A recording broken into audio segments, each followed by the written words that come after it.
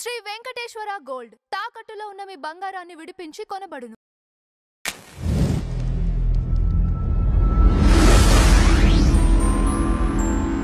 నమస్తే అండి, welcome to tree media.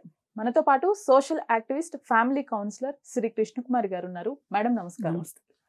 Madam, Varanasi title reveal చేసిన దగ్గర నుంచి రాజమౌళి గారికి వరుసగా ఒకదాని తర్వాత ఒక వివాదంలో చిక్కుకున్నట్లుగా తెలుస్తోంది. మొదటగా హనుమంతుడి పైన వ్యాఖ్యలు చేసినందుకు వానరసేన కంప్లైంట్ ఇస్తే, ఇప్పుడు ప్రొడ్యూసర్ కౌన్సిల్లో వారణాసి అనే టైటిల్ ఆల్రెడీ రిజిస్టర్ అయిపోయింది అని చెప్పేసి వాళ్ళు కూడా కంప్లైంట్ ఇవ్వడం జరుగుతుంది.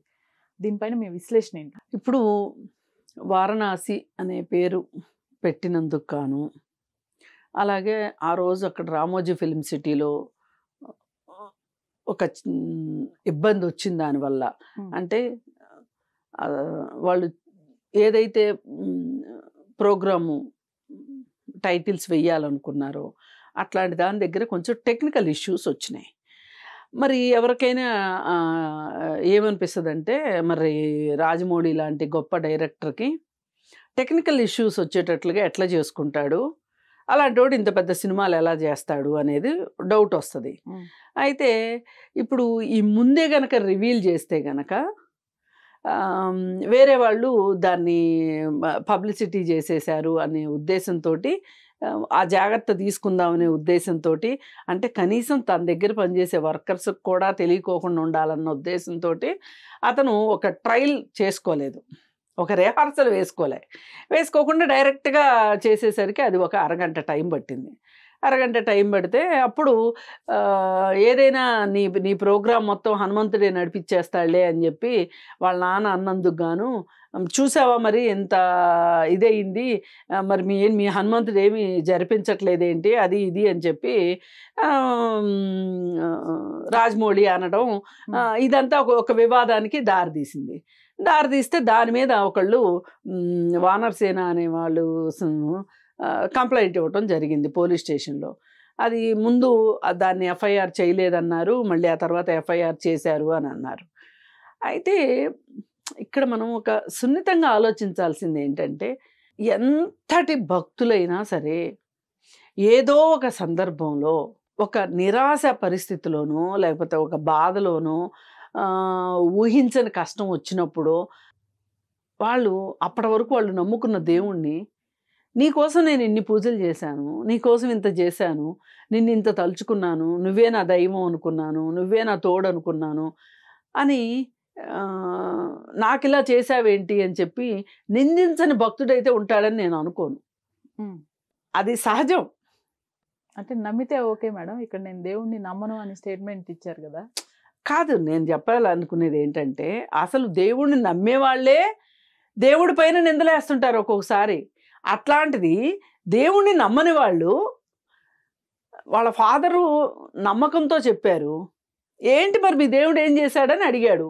ఇది చాలా స్పాంటేనియస్గా, చాలా రొటీన్గా వచ్చేసిన వ్యవహారం. ఇప్పుడు బాగా పూజలు చేసే వాళ్ళకి అంటే వాళ్ళు ఎట్లా అంటే, భర్త ఉండాలి, భర్త చనిపోకూడదు అంటే కొన్ని నమ్మకాలు ఉంటాయి కొంతమందికి. ఇప్పుడు మన సొసైటీలో కూడా భర్త ఉన్న మహిళల్ని గౌరవించినట్లుగా పూజలు, పునస్కారాలు, పండగలు, ఫంక్షన్స్ అప్పుడు భర్త లేని వాళ్ళని, విడోస్ని గౌరవించరు, కనీసం వాళ్ళకి బొట్టు కూడా పెట్టరు కదా. ఈ విషయంలో ఒక రకమైన డిస్క్రిమినేషన్కి గురవుతుంటారు వాళ్ళు.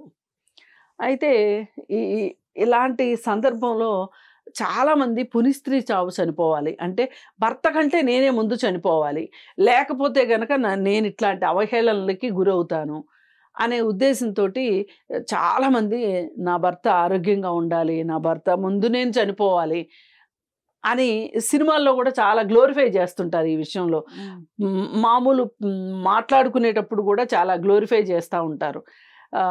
ఇప్పుడు శ్రావణ మాసం, శ్రావణ శుక్రవారాలు కూడా భర్త గురించే చేస్తారు కదా. ఇప్పుడు నార్త్ వాళ్ళు కర్వా చౌతను ఏదో ఒకటి చేస్తారు, పౌర్ణమి రోజు. వీటన్నిటి వెనకమాల ఏంటి నిగూఢమైన అర్థం ఏంటి అంటే, భర్తలు ఆరోగ్యంగా ఉండాలి, వాళ్ళు ఆరోగ్యంగా ఉంటేనే కదా బతికుంటారు, వాళ్ళు బతికుంటేనే కదా వాళ్ళ ముందు మనం చనిపోతే మనకు అది చాలా అదృష్టం. లేదు అనుకుంటే ఒక విధవ జీవితం ఎంత దారుణంగా ఉంటుంది. ఇట్లా చాలామంది మహిళలు ఆలోచిస్తారు, సగటు మహిళలందరూ ఇదా ఆలోచిస్తారు. ఆలోచిస్తే ఇట్లా బాగా పూజలు చేసే ఆమె, చాలా నిష్టగా చేసే ఆమెకి భర్త చనిపోయాడు అనుకోండి, ఎవరో ఒకళ్ళు అంటారు ఈ మాట. ఒక నిందగా కాకపోయినా ఒక వరవడిలో అయినా అంటారు. ఏమని? ఎన్ని పూజలు చేసింది, పునిస్త్రీ చావు కోసమే కదా ఇంత ఇదయ్యింది, ఎంత అదృష్టవంతురాలు అవుతుంది అనుకున్నాము, భర్త ఉండగానే భర్త చేతుల్లో చనిపోద్ది అనుకున్నాము, ఇలా రకరకాలుగా మాట్లాడతారు. అక్కడ ఒక రకమైన ఒక నిందాపూర్వకంగా మాట్లాడతారు. ఆ బాధలో కష్టంలో అలా మాట్లాడతారు. అసలు పక్క వాళ్ళే మాట్లాడక్కల, వాళ్ళకి వాళ్ళు కూడా నీకోసం నేను ఎంత చేశాను, నీకోసం ఎంత, ఆఖరికి దేవుడితో తగాదాలాడిన పురాణాలు కూడా ఉన్నాయి మన దగ్గర. సహజం ఇది. అలా మాట్లాడిన దాన్ని నమ్మేవాళ్లే ఇంతలా మాట్లాడినప్పుడు నమ్మని వాళ్ళు ఇంకెంత మాట్లాడతారు చెప్పండి. అది చాలా చాలా మామూలు విషయం, అతి సాధారణమైన విషయాన్ని వీళ్ళు దాన్ని లాగి పీకి ఇవాళ ఒక రకమైన ప్రతిదీ జడ్జి చేసే మనుషులు ఎక్కువైపోయారు ఇవాళ.